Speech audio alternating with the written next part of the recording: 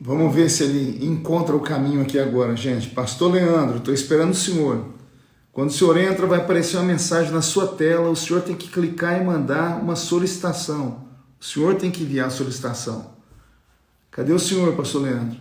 Leandro, pronto, achei aqui, ó. Acho que agora vai.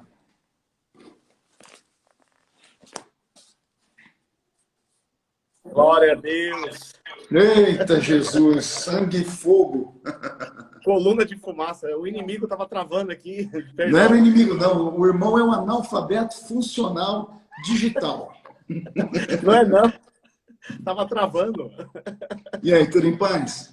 Que bênção falar contigo. Tudo em paz. Glória a Deus. E aí? Maravilha, eu não estou entendendo nada disso. O irmão me convida para uma live e tem que ser feita através do meu Instagram. Ou o irmão é muito esperto. Olha aí, pastorzão, nós temos aí já temos quase 1.200 pessoas ao 1.200 vivo conosco pessoas. aqui. Tinha já 1.300 agora há pouco. O pessoal foi embora porque o senhor não encontrei o senhor aqui. Mas eu estou à disposição. Antes de mais nada, eu queria aqui dizer a todos os irmãos que o senhor está passando um momento de dificuldade aí. Verdade. Seu papai, né? É. Pastor? Otávio. Pastor Otávio, ele está no hospital nesse momento, né? Conta para nós aí o que está acontecendo, pastor. Bom, boa noite a todos. Paz do Senhor Jesus. Boa noite, pastor Marco. Muito bom estar contigo aqui. Tu é um grande amigo. O que aconteceu foi que na quinta passada meu pai teve uma febrinha e nós levamos ele ao médico, tirou o raio-x, não deu nada. Quando foi no domingo, ele passou bem mal, levamos no hospital e já tiramos outra raio-x e já estava com 50% do pulmão comprometido pelo Covid. Covid? Então, Covid-19, coronavírus.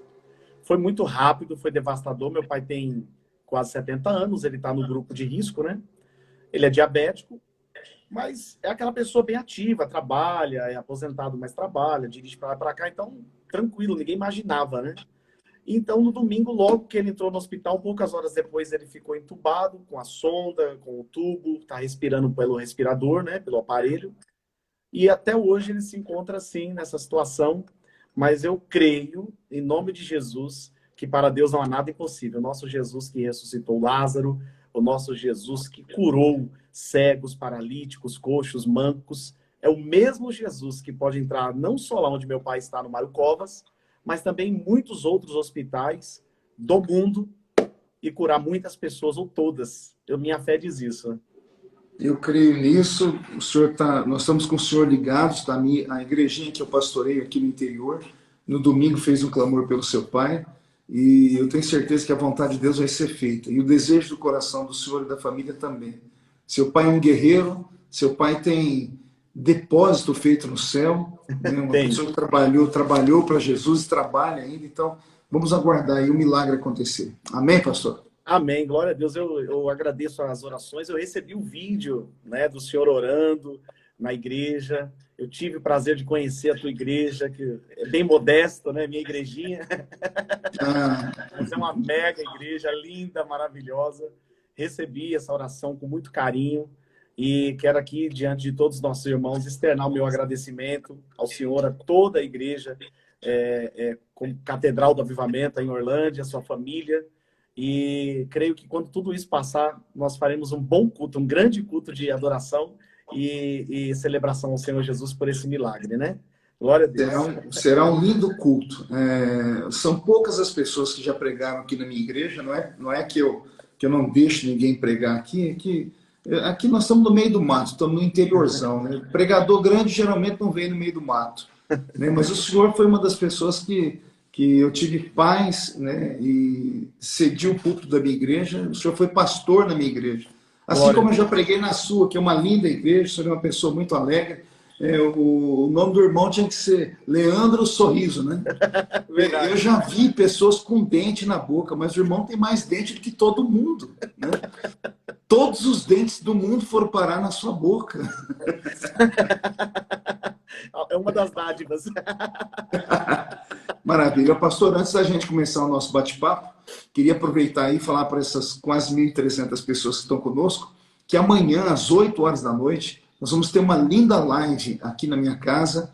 Pastor Roberto Marinho vai estar vindo de São Paulo. Ele montou uma estrutura aqui, Leandro, que só Chitãozinho e Chororó para montar um negócio daqui. Roberto é doido. Aí eu falei, vai ser a dupla aqui, Chorãozinho e Chotoró, né? Vai ser muito legal. Eu vou falar amanhã sobre o Apocalipse, sobre o sinal dos fins dos tempos. Então, quero convidar a CPA, que é a linda igreja que o senhor pastoreia, os membros estão aí conosco, para estarem ligados comigo amanhã. Vai ser pelo Facebook, pelo YouTube, né? YouTube. Meu YouTube é Pastor Marco Feliciano. Né? Se você ainda não se cadastrou lá, por favor, se cadastre. Eu tenho lá umas 200 mil pessoas cadastradas. Eu acho que pode ser uma grande bênção amanhã, né? Roberto que teve essa ideia, eu sou muito, pode não parecer, mas eu sou tímido. E eu falei para ele, Roberto, o que nós vamos fazer? Ele falou, não, pastor, vai ser uma coisa bonita, nós vamos tirar um bate-papo, eu vou perguntar da sua vida, nós vamos fazer aqui uma coisa muito interessante, depois ele vai cantar e eu vou falar então do Apocalipse, né? Porque eu sinto que nós estamos vivendo aí já o princípio das dores, a noiva está sendo ataviada, as vestes estão sendo preparadas e o noivo já está quase voltando. Glória a Deus. Certamente eu estarei online aí assistindo com o maior prazer. O Roberto é doido, né? O Roberto é doido. Não, Roberto, não fale mal dos doidos. Coitado dos doidos. O Roberto é para lá de doido, né? É maluco e um pouco mais. Mas Deus não usa gente normal, né, pastor Leandro? Não. Diz que escolheu os loucos. Deus só usa gente maluca. Mas né? que Uma vez eu estava pregando, né? E eu estava lendo a Bíblia, na verdade, e eu li quando Miriam e Arão reclamaram com Deus, dizendo, por que o Senhor chamou Moisés? Né? É um homem de palavra pesada, né? de língua pesada. Ninguém sabe explicar se ele era um homem bruto ou se ele era gago. Né? Então, é uma discrepância teológica aí. E Deus olhou para Miriam e para Arão e falou assim, eu não vou responder para vocês porque amanhã vocês prestem atenção no que vai acontecer com Moisés. Aí, de repente, Moisés viu o povo inflamar contra ele porque não tinha água para beber. Aí Moisés foi falar com Deus. Aí Deus falou assim, Moisés, qual que é o problema? Ele falou, Senhor, o problema é água. Eu tenho aqui quase 3 milhões de pessoas com sede. Aí Deus disse assim a Moisés, Moisés, você está vendo aquela pedra ali? Vai e fala com ela. Imagine, terminando um culto aí na CPA, os irmãos da igreja do Senhor pegam o Senhor batendo um papo com um poste. Imagina os irmãos vendo o Senhor conversando, levando altos papos com a parede. Mal chamado o quê? De louco, pneu, né? Deus falou para Moisés, vai e fala com a rocha. Moisés foi tão irado que ao invés de falar, ele pegou um cabo, o cajado dele e bateu na rocha. Eu imagino Deus olhando para Miriam e dizendo assim, você entendeu por que eu chamei ele? Porque se eu falo para você, Miriam, falar com a pedra, você vai me dar 1 milhão de desculpas. Senhor, a pedra é um objeto inanimado. Senhor, a pedra não tem ouvidos. A pedra não tem olhos. Se Arão é muito técnico, vai falar a mesma coisa. Eu logo levanto um doido. Porque se eu falar para o doido, fala com a pedra, ele vai falar com a pedra. Glória! Oxalá que aqui tenha pelo menos 1.300 loucos para Deus usar nesta última hora do arrebatamento da igreja. Esta é a geração do arrebatamento. Eu tenho certeza que eu não vou ver o arrebatamento. Eu vou participar do arrebatamento. Glória a Deus, glória a Deus. É verdade, né? A loucura na fé é uma loucura saudável, né? O que ele fez na primeira Meribá ali é o que, na maioria das vezes, nós precisamos aprender a fazer. Parar de questionar e começar a agir. Agir com fé. Diante de tudo que está acontecendo, é um grande exemplo, uma grande lição para todos vocês que estão online aí. Eu quero, pastor Marco, quero aproveitar aqui e mandar um abraço a todos os irmãos aqui de São Paulo. Tem muita gente, eu estou vendo aqui, meu Deus, é muita gente mandando abraço para o senhor. Muita gente feliz de estar participando aqui dessa live conosco. Apesar que tem uma cobrança aí, viu, nessa live, viu? Tu tá me devendo uma... Ai, Jesus. Isso me passa vergonha publicamente. Vai lá, pode passar. Fala. Tu tá me devendo. Estou mesmo. O boneco do Hulk, mas veja só, eu já tentei embrulhar 4 vezes, mas eu sou muito apegado aos meus Hulks. E eu só tenho 12, entendeu? Eu vi! Só que cada um é de um jeito. Eu tenho um Hulk gigante, eu tenho um Hulk pequeno. Eu tenho um Hulk, hoje eu estava mostrando aqui, veio um rapaz aqui que estava montando o som, ele viu os bonequinhos, ele falou, o senhor tem um Hulk? Eu falei, procure aí. Eu encontrei um Hulk que eu tenho ali de cabelo comprido. Olha! Eu encontrei um Hulk monstro com o corpo pegando fogo. Eu tenho 12 estatuazinhas do Hulk. Eu gosto muito desses bonequinhos. A minha Meribá, a minha rocha, foi quando eu estive aí na tua casa. Foi um prazer imenso jantar aí contigo. E aí, a primeira rocha que eu tive que enfrentar foi quando Deus falou para mim assim, pega um Hulk e leva embora.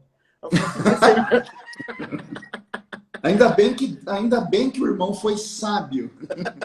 Porque senão esta live agora não estaria acontecendo, porque o irmão possivelmente estaria sem uns 2 ou 3 dentes desses dentões que o senhor tem aí. vamos orar? Jesus amado. Pastor Leandro, pois bem, o senhor foi quem me convidou para essa live, então o senhor conduz aí. Se o senhor quiser fazer, eu estou à disposição. Se tiver algum tema, se quiser jogar a conversa fora. Eu acho que o pessoal está cansado de falar de Covid, as pessoas estão cansadas de ouvir falar de política. Acho que o povo está inflamado com essas coisas, né? Então, se o senhor tiver alguma unção aí, alguma palavra. E teve um irmão aqui que eu li agora que te chamou de dentuço. Amei. Inimigo, já Isso, apareceu irmão. aí, né? Ó, foi o irmão Laércio Guitar. Deus está te usando. É meu irmão. Seu irmão Laércio? É. Irmão de sangue? De sangue. Oh, Jesus.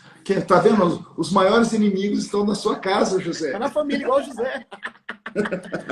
O inimigo está manifestado aí.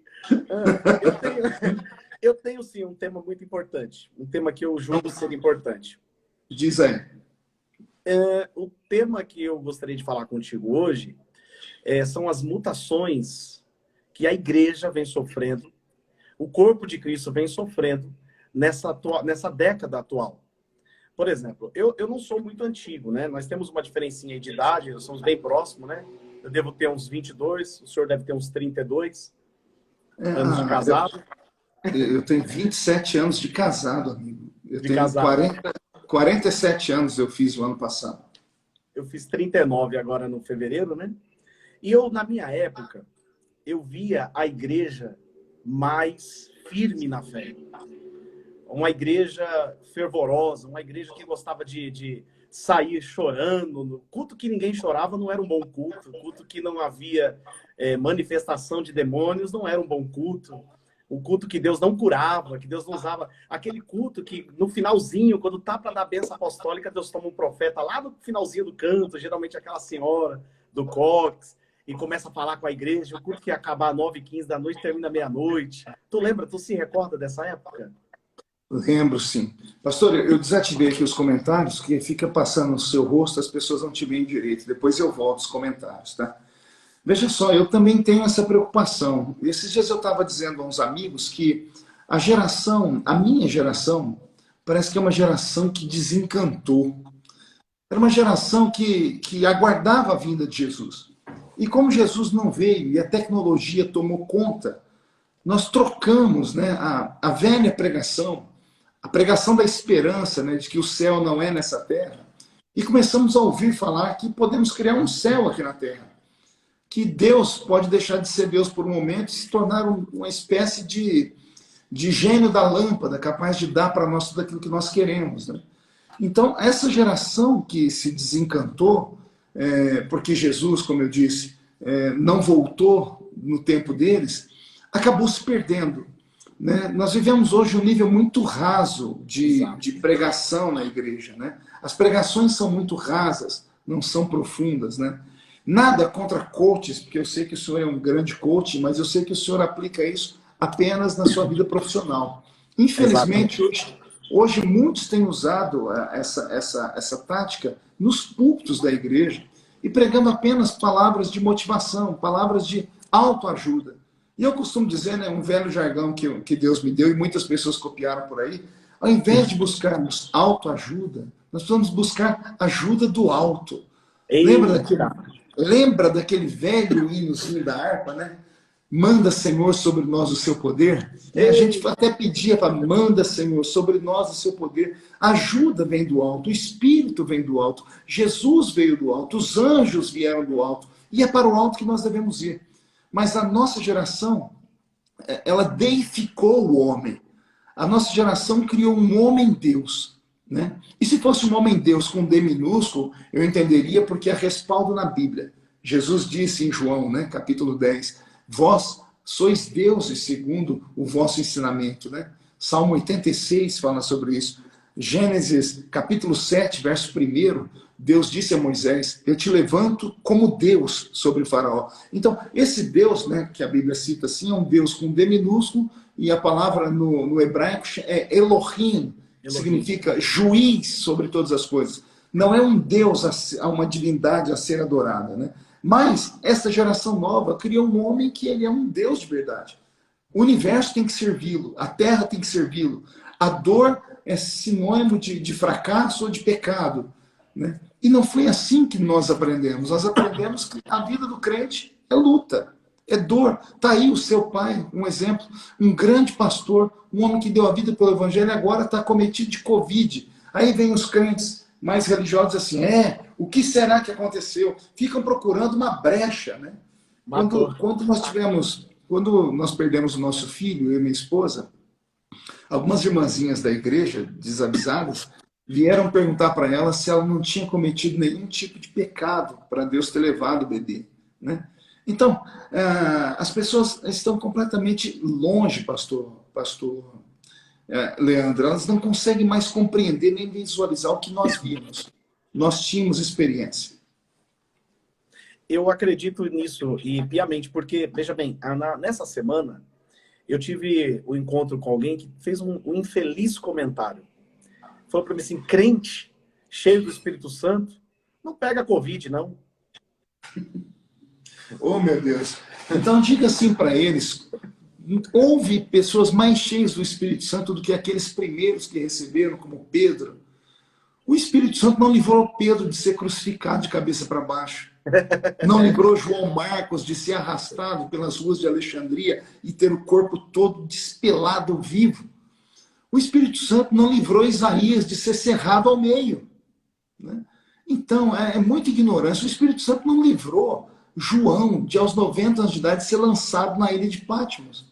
Né? O Espírito Santo não livrou Paulo da picada da serpente. Livrou ele da morte, mas deixou a picada lá. Não livrou ele do naufrágio. Livrou ele de morrer afogado, mas ele naufragou por 3 vezes. Então, esses crentes são despreparados, são meninos da fé, são neófitos na fé. Exatamente. Meu pai, ele tem 40 anos de pastorado. Uma vida reta com Deus, íntegra, não enriqueceu com a igreja. E para mim doeu bastante. Mas aí eu perguntei para Deus o porquê. E aí foi onde veio esse tema. Na verdade, o Espírito Santo que estão pregando na atualidade não é o Espírito Santo da nossa época. Eu não sei por que teve essa mutação, sofremos essa mutação.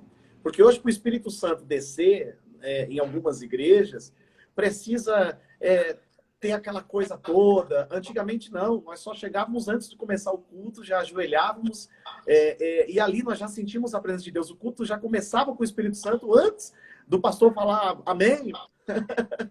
Posso comentar? Pode. Eu estava num programa de rádio, algum tempo atrás, e no meio da entrevista abriram o telefone lá para as pessoas fazerem perguntas, e entrou um irmão desses, bem de santarrão, e ele falou assim de maneira bem arrogante, pastor Marco, como o senhor se sente fazendo parte da pior geração de pregadores da história da igreja no mundo?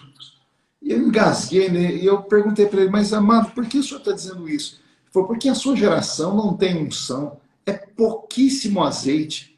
Eu falei, por que o irmão está dizendo isso? Ele falou assim, porque na minha época, disse ele, bastava o pregador chegar no púlpito e falar a paz do Senhor e o culto acabava, porque a glória de Deus descia.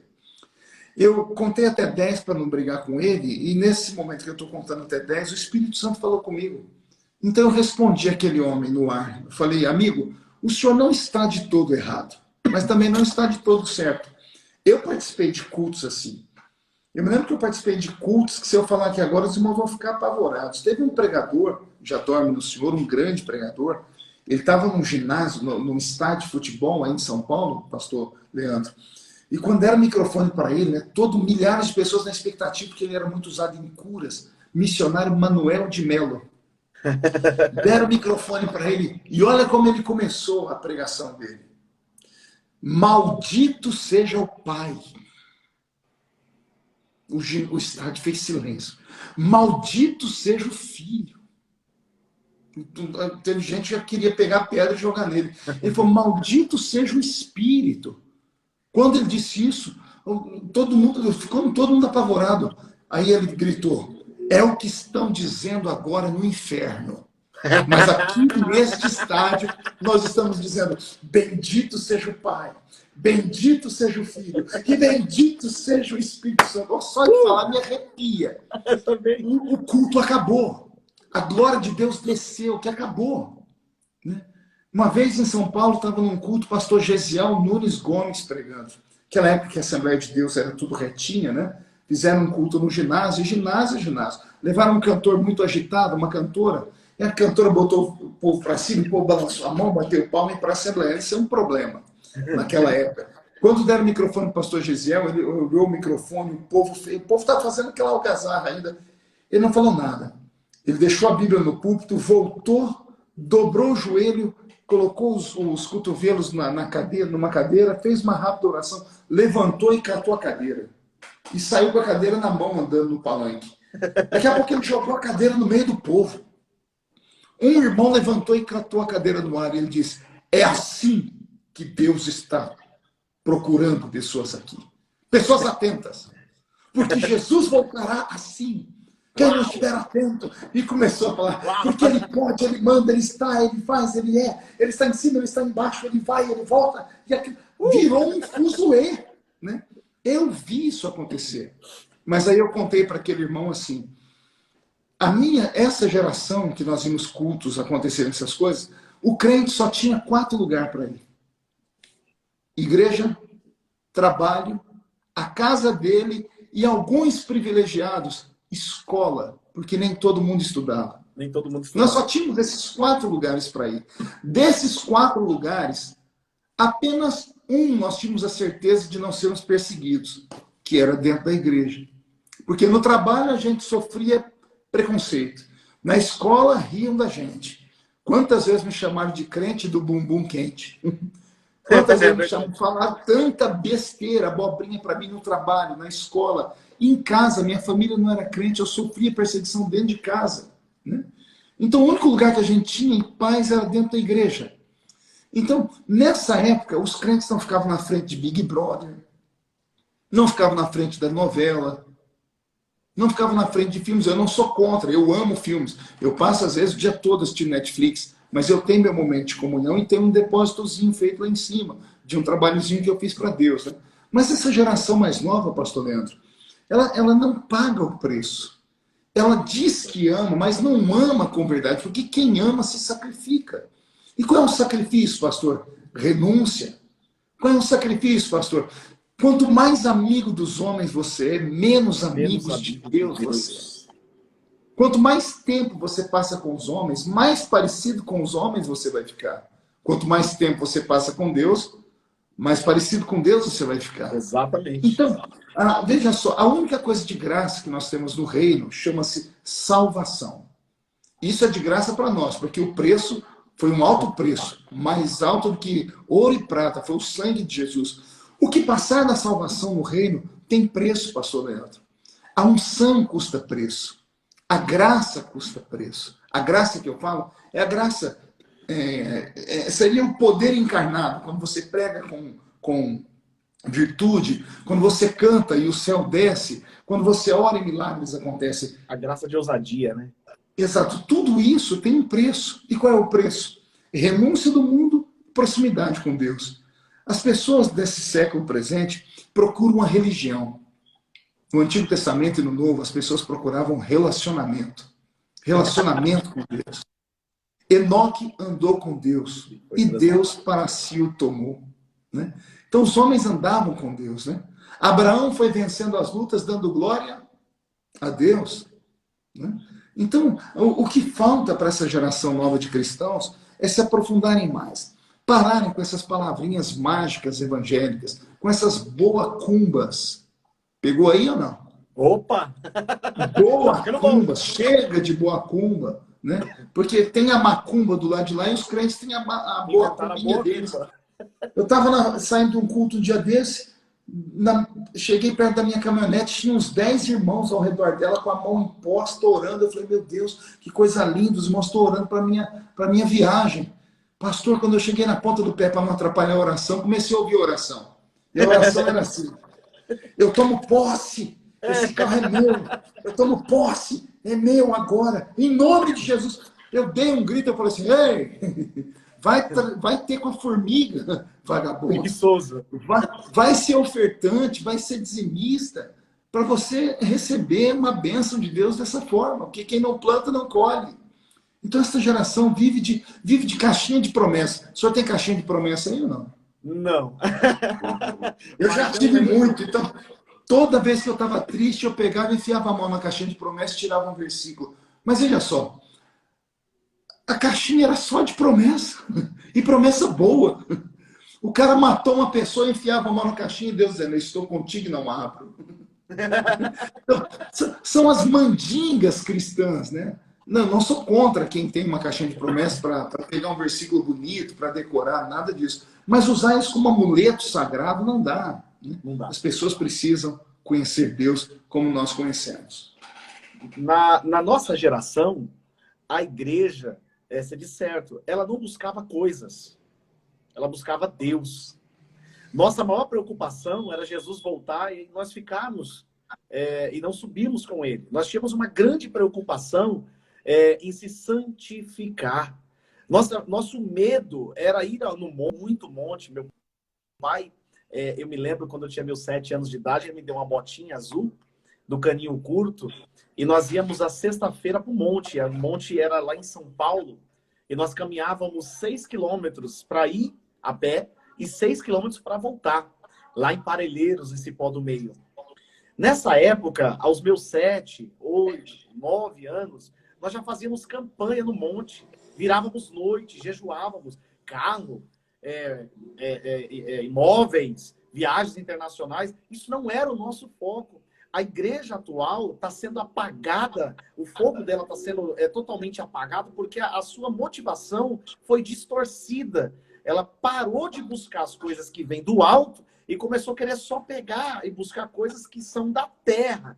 Eu não sou contra você ter um bom carro, uma boa casa, fazer uma boa viagem, mas quando a Bíblia diz que nós somos discípulos, o discípulo é seguidor, é aquele que segue. Nós temos que buscar as coisas de Deus, as coisas de Jesus. Porque a Bíblia mesmo diz em Mateus, buscar primeiro o reino de Deus. E as demais coisas vos serão acrescentadas. Nós estamos vivendo uma geração que primeiro nós buscamos as demais coisas e depois, se der, aí sim nós vamos servir a Jesus. O senhor tem toda a razão nisso. O senhor estava falando e eu estava me lembrando aqui da minha geração, né? Eu entrei na igreja, como eu vim do mundo secular, eu já tinha tido experiência com droga, com tudo que não prestava, então quando eu entrei na igreja, eu entrei e me converti de verdade. Eu queria Deus a qualquer custo, eu me tornei um louco. Me chamavam de fanático, desequilibrado, beato, piolho de igreja, essas coisas, santarrão, então. E isso era muito ruim, doía em mim. Eles não entendiam a minha fome, eles não entendiam o meu desejo. E o que fez isso nascer em mim, pastor, foi que eu me aproximei de pessoas mais experientes do que eu. Talvez aqui fica uma pérola para as pessoas que estão nos ouvindo, né? Andar com gente que tenha mais experiência com Deus do que você. Uma pessoa que possa te ensinar, uma pessoa que possa agregar valores. E eu comecei, então, a andar com pessoas que agregavam valores. Eu fui para a casa de um casal, que naquela época era recém-casado, aqui na minha cidade, era a Roseli Otávio e Valdeci Otávio. Hoje são pastores na minha igreja, são os pastores aqui, pastor Valdeci e pastora Roseli. Era um casal muito crente, então a gente ia para a casa deles orar quase todos os dias, buscar conselho. O primeiro livro evangélico que eu vi foi o livro do Dr. Vim Malgo. Lembra do Dr. Vim Malgo? Escritor da Chamada da Meia-Noite, né? E era um livro sobre escatologia. Eu me apaixonei por aquilo, comecei a ler. E isso me fez crescer, porque quem lê viaja, né? Então, eu tive a graça e a oportunidade de conhecer pessoas crentes de verdade. Pessoas que eram caminhantes de dois mundos. Com um pé pisavam na terra e com o outro lá no céu. E essas experiências que eles tinham no céu enchiam a minha alma de graça e de gozo.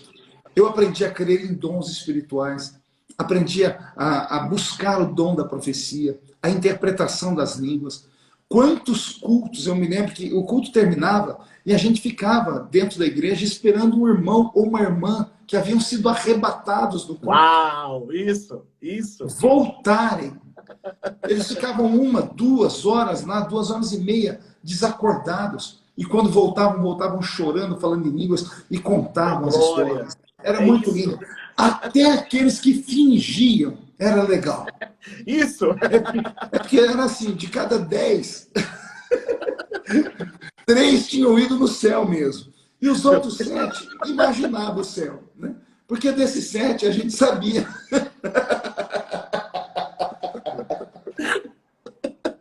É engraçado, né? É a cultura, né? O folclore evangélico pentecostal. Porque a gente sabia quando a pessoa não tinha idade. Porque o que você viu lá? Eu vi uma mesa. Todo mundo via a mesa, né?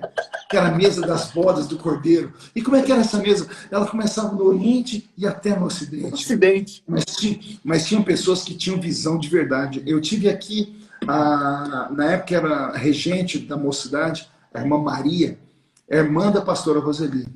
A irmã Maria, ela foi arrebatada e quando ela voltou, ela nunca mais foi a mesma pessoa. O pastor Leandro, ela passou assim umas 3 semanas sob observação pesada, porque ela desistiu de viver. Ela não queria mais viver. Ela queria ir embora para o céu. Ela começava a contar as coisas que ela viu e sentiu, ela começava a chorar. Ela passava, Jesus me leve, eu quero ir embora da terra, eu quero ir para aquele lugar que eu fui. Assim, teve que fazer um trabalho com ela para ela entender que ela tinha que contar essas histórias.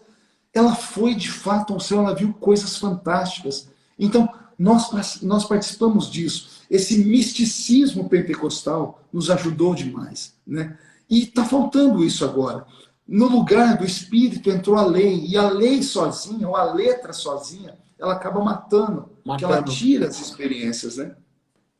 Mas é fantástico isso. Eu tive a oportunidade de entrar num culto, numa igreja, onde eu via Deus agir. Eu também. Eu tenho muita saudade dessa geração. Embora, tu estava falando aí, eu estava me recordando aqui, eu fiz parte daquele grupo que ria. Dos que ria? O que ria, que achava engraçado.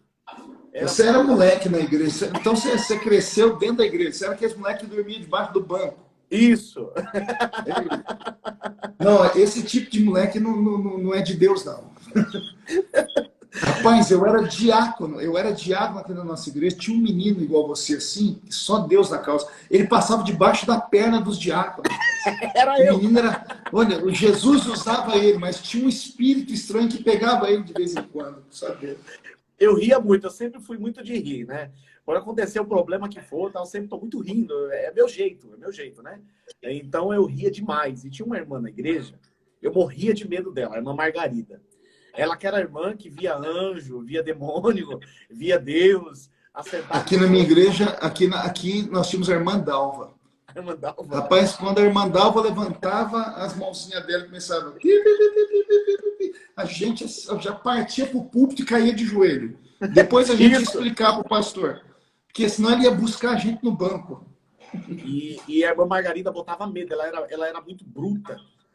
Não sei se foi na tua época, do senhor foi essa época assim, mas o pessoal era muito sério, muito bruto. E nós ríamos. Eu tinha mais 2 amigos na igreja, nós ríamos. O pessoal começava piri, piri, piri, piri, piri, piri, piri, e nós ríamos, mas não ria. Essa irmã Margarida levantava o rosto. Quando ela levantava o rosto, dava tudo na gente, saía correndo e tal. E eu me recordo que nessa época foi quando Deus me batizou. Eu fui batizado pelo Espírito Santo, fui selado pelo Espírito Santo. Foi nessa época. Foi uma dessas manhãs de sábado que tínhamos, né, o círculo de oração. Manhã de consagração. A gente chamava de círculo de oração. E começava às 8 da manhã, dava 2 da tarde, e ninguém sentia fome, ninguém tinha vontade de ir embora. E foi nessa manhã de muita risada, de muito sarro, que foi a minha maior experiência com o Espírito Santo. Foi quando, da risada, eu comecei a chorar. E, de repente, eu não via mais nada. As vistas escureceram. O fogo de Deus tomou a minha vida. Os meus amigos também começaram a rir de mim. E, de repente, eles também foram impactados. Estou todo arrepiado só de falar. Pelo Espírito Santo. E daquele dia em diante, eu percebi que não existe nada nessa vida mais maravilhoso do que sentir a presença de Deus. A igreja dessa nossa geração precisa conhecer mais Deus através dos joelhos, de uma busca incessante.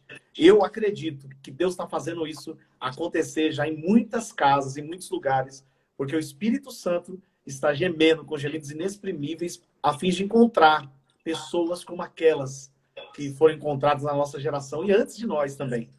Amém. Deixa eu falar, o senhor está falando uma coisa aí, me veio aqui uma palavra agora. Deus me deu uma revelação, não sei se o senhor já ouviu, se o senhor nunca ouviu, o senhor vai ficar impactado agora. Mateus 25 tem uma parábola que é muito conhecida, que é a parábola das 10 virgens. Já deve ter pregado muitas vezes sobre isso, né? A parábola das 10 virgens nos falam do quê? Existe a parte histórica, que é para o povo judeu, né? E existe a parte profética, que é para a igreja. Nós cremos piamente que ali está o retrato do arrebatamento. À meia-noite ouviu-se um clamor: eis aí o noivo, sai ao seu encontro. A Bíblia diz que eram 10 virgens, 5 eram loucas, 5 eram prudentes. As 5 loucas e as 5 prudentes tinham azeite na botija, só que as prudentes tinham azeite sobrando, levaram azeite reserva. E as loucas não levaram azeite reserva. Quando deu meia-noite e o noivo chamou elas, as que não eram prudentes, porque só tinham azeite dentro da botija e não tinha reserva, viram a sua lâmpada se apagar e pediram às outras: dá-nos do vosso azeite. E as outras disseram: há de ser que se dermos para vocês, ficaremos só também. E as 5 loucas ficaram, e as 5 prudentes foram embora com o noivo. Isso é um retrato do arrebatamento da igreja. O senhor crê assim? Eu creio, piamente. Então veja só, então me ajude aqui. A Bíblia diz que eram 10 o quê? 10 noivas. 10 noivas, 10 virgens. 10 noivas virgens. Então, o que é uma virgem? Uma virgem é uma mulher pura. Pura. Um sinônimo da pureza, né? E elas eram noivas, como o senhor disse. E qual é a roupa que uma noiva usa? É uma veste branca, né? Branca. Então, veja só, nós temos 2 características dessas aqui. Elas tinham roupa branca e elas eram virgens. Pureza e santidade. Amém? Santidade nas vestes brancas e pureza na virgindade. A vida toda pregaram para mim, talvez para o senhor, na nossa geração, cuidaram da nossa veste branca e cuidaram da nossa virgindade. Não quiseram que a gente se sujasse e não quiseram que a gente perdesse a pureza. Se preocuparam com isso. Só que me explica o que aconteceu na parábola das 10 virgens aqui. Porque em nenhum momento as 5 loucas sujaram as vestes. Uau! Em nenhum momento as 5 loucas perderam a virgindade. E não foi por falta de santidade, e não foi por falta de pureza que elas ficaram. E a santidade e a pureza não foi o suficiente para levar elas com o noivo. O que faltou para elas? Azeite na botija. Olha que coisa linda. As igrejas mais antigas se preocupavam muito com as roupas, com as vestes brancas. Se preocuparam demais com a pureza e esqueceram de nos ensinar a abastecer a nossa botija de azeite. E azeite é um dos símbolos do Espírito Santo. Espírito Santo. O azeite é o óleo da consagração, é o óleo da unção, é o óleo que cura, é o óleo que sara, né? Então, olha que revelação Deus me deu. Quando Deus me deu isso aqui, eu fiquei meio atordoado. Eu tenho pregado sobre isso, pisando em casca de ovos, para não desmerecer o que os nossos velhos pais falaram. Mas o que eu estou pregando faz sentido. Elas não deixaram de ir com o noivo porque perderam a virgindade. Elas não deixaram de ir com o noivo porque sujaram as roupas. Não, elas deixaram de ir com o noivo porque elas não tinham azeite na botija. Elas estavam santas, elas estavam em pureza, mas não tinham o Espírito Santo. E é interessante fazer quero fazer uma conexão aí. É interessante que todas elas estavam no mesmo propósito, na mesma espera, no mesmo lugar, fazendo as mesmas coisas. Exato, aguardando o noivo. Cantavam juntas, o louvor estava com elas, as roupas brancas identificavam. Todo mundo de longe, as pessoas diziam, olha, são noivas, ninguém mexe com elas. São virgens, porque ninguém casava naquela época se tivesse perdido a virgindade, sido estuprado, alguma coisa assim. Então, publicamente, quem olhava de fora dizia, estão preparadas. Mas quando o noivo tocou a trombeta, elas viram que não tinha azeite na botija. Então aqui vai uma palavra para essas pessoas que olham só a aparência dos outros, que mede as pessoas pela roupa, pelo cabelo, pela risada, né? Hoje colocaram aí é TikTok, né? É TikTok? Você ouviu um TikTok eu fazendo os passinhos para trás do Michael Jackson?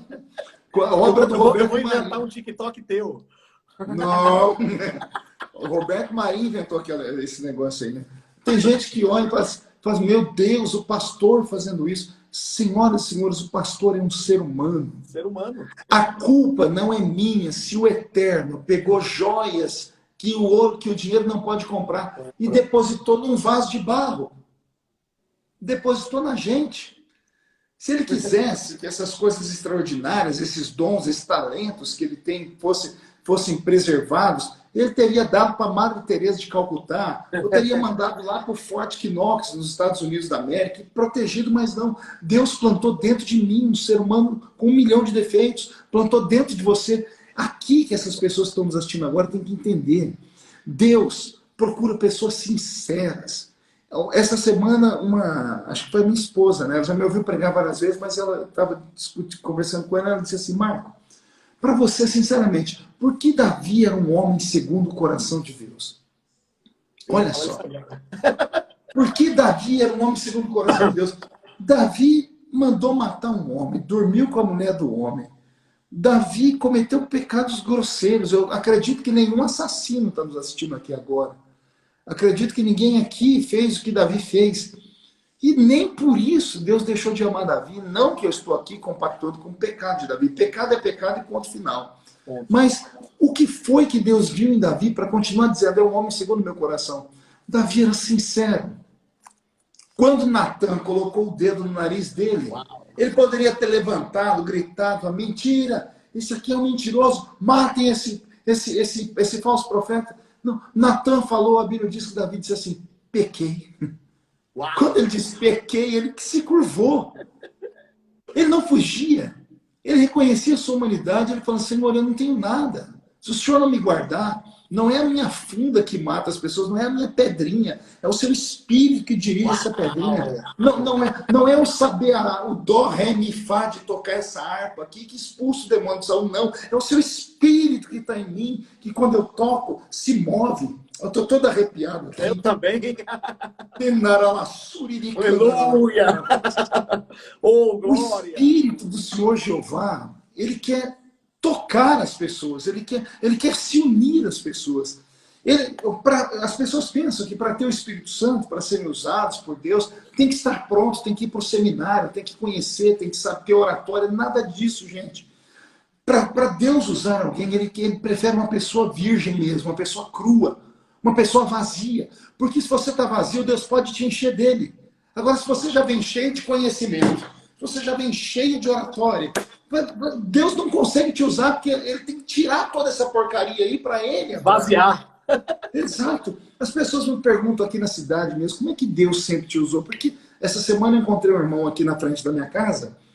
Foi o primeiro culto que eu fui na vida, em 1987, pós-carnaval de 1987, ele foi na igreja comigo. O apelido dele é Leleco, né? Era o irmão Zé Augusto, um negro alto, era cortador de cana, até hoje é parrudo, né?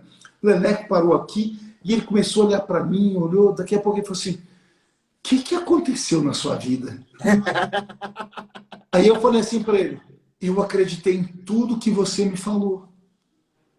Ele falou, como? Eu falei, qual foi a primeira pregação que eu vi na vida? Qual foi o primeiro pregador que eu vi na vida? Hidekazu Takayama. E onde eu ouvi, Leleco?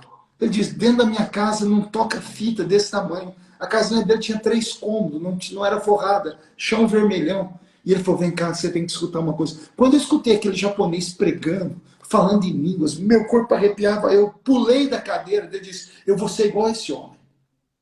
Eu vou ser igual a ele. E coincidência, hoje, o pastor Takayama me ligou ainda, fazendo um pedido para mim, porque ele foi deputado também. E ele falou para mim, Marco, eu tenho escutado uma mensagem sua, eu queria que você me desse um caminho aqui, porque eu quero pregar ela. Eu falei, pastor Takayama, o senhor querer pregar uma mensagem minha? E eu, um moleque, eu imitava até as línguas estranhas dele, pastor Leandro. Né? Aí o Leleque falou para mim, como? Eu falei, eu criei. Você me ensinou. Vocês me mostraram. Você me ensinou a Bíblia. Eu li a Bíblia com vocês. Né? Eu acreditei cegamente. Não deixei ninguém se meter entre Deus e a minha chamada. Eu nunca deixei ninguém falar para mim assim, ó, não vai dar certo. Parece que isso sempre foi combustível para mim. Quanto mais a pessoa dizia não vai dar certo, aí que eu enfrentava mesmo. Essa semana eu estava falando com a minha esposa também, agora fazia tempo que a gente não conversava tanto, né? Já estamos há 30 dias aqui dentro de casa.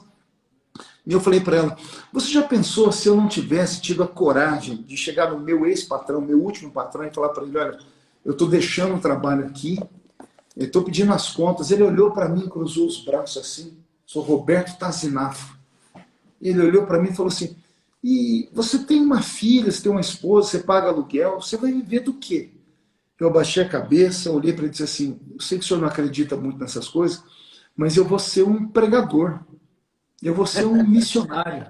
Uau! Ele, vou contar uma coisa que ninguém sabe, acho que eu nunca contei isso, você vai ser o primeiro agora. Ele falou assim para mim, ele falou para mim, meu corpo arrepiou todo. Ele era ancião das Testemunhas de Jeová aqui na minha cidade. E ele falou assim para mim, olha, a nossa fé é um pouco diferente, mas nós também temos missionários. E quando alguém diz que quer sair para a obra, nós estendemos a mão e abençoamos. Ele olhou para mim e disse assim, não vou tentar te segurar.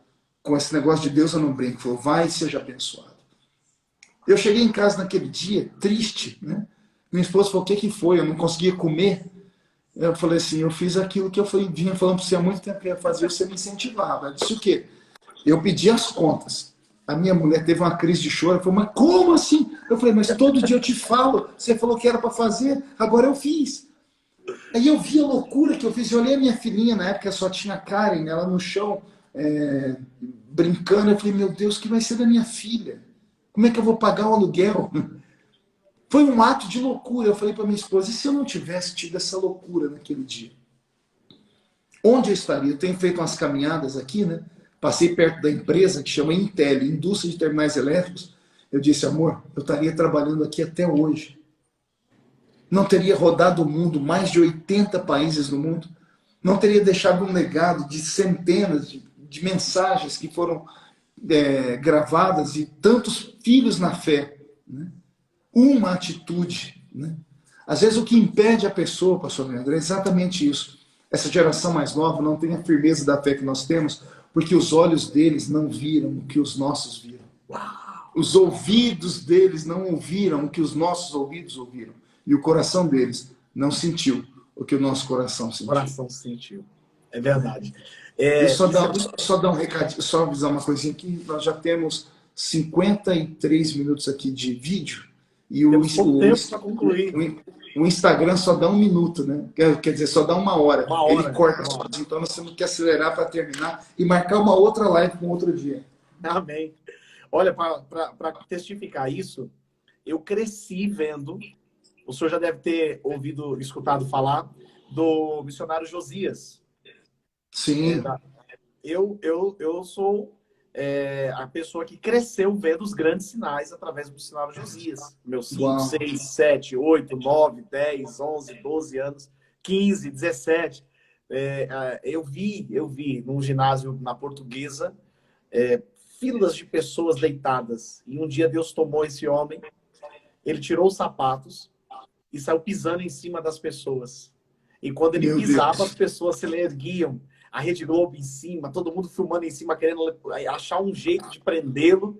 Mas Deus era tão Deus que quando ele passava por cima das pessoas com câncer, estado terminal, as pessoas levantavam, se erguiam, saíam pulando, e médicos iam falando, isso é impossível, isso é impossível. Então, eu quero dizer uma coisa, coloca fogo na tua lamparina para viver, ver e provar que vocês que estão assistindo, dessa nova geração, nunca viram. Milagres existem e Deus ainda existe. É só preciso ter coragem, os sentinelas de Deus se levantar, os arautos de Cristo, né? Palavras que nós ouvimos muito, né? Arauto, sentinela, como é que é o nome daqueles soldados que ficavam em cima do muro? Atalaias. Atalaias.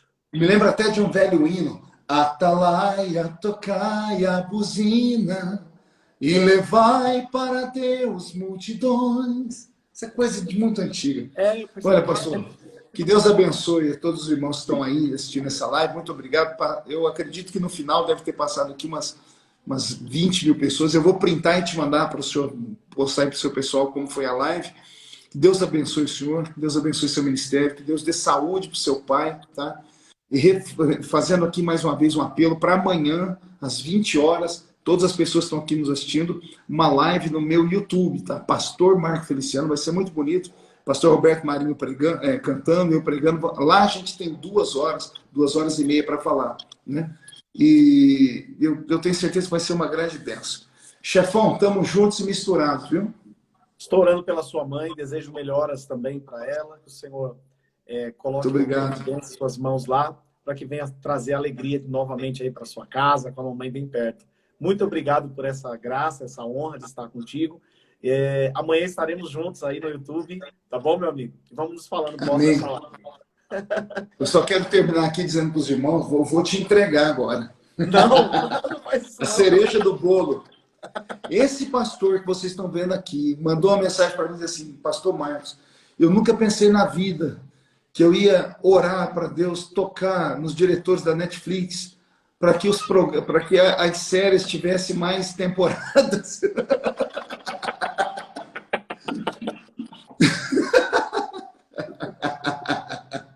Eu ri muito. Eu falei, mas esse pastor Leandro é só Jesus. Olha a oração dele para os produtores da Netflix fazer programação nova, porque ele já assistiu tudo. Ele não aguenta mais ficar em casa, né? Eu estou vendo aqui, olha, tem uma moça aqui escrevendo, Faluque, pastor, quando eu estava desviado, acontecia algo no mundo. Eu ia procurar você para saber se o arrebatamento tinha acontecido. Fá, eu não sei se isso foi sonho, mas veja só, o arrebatamento ainda não aconteceu, mas está para acontecer. E amanhã, na minha live, eu vou falar sobre isso, tá? Pessoal, Deus abençoe vocês. Eu quero terminar aqui. Eu sei, o senhor é cantor, né? Se eu podia preparar um trecho de uma música, eu vou fazer uma estrofe e o senhor faz uma estrofe de um louvor seu aí, tá bom? Acho que dá tempo. A minha estrofe é essa aqui, ó. Quem mandou largar a rede? Quem mandou você parar? Volte para o mar alto, no lugar da tua vergonha, eu vou te honrar. Filho, eu vou te honrar. Sua vez. Quem mandou largar a rede? Quem mandou você parar? Volte para o mar alto, no lugar da tua vergonha, eu vou te honrar. Filho, eu vou te honrar. Amém. Deus abençoe. Até amanhã, às 20 horas, no meu YouTube. É YouTube, canal do YouTube, Pastor Marco Feliciano, 20 horas. Beijo no coração, chefe. Beijo, Deus. Chefe. Valeu, pessoal. Paz.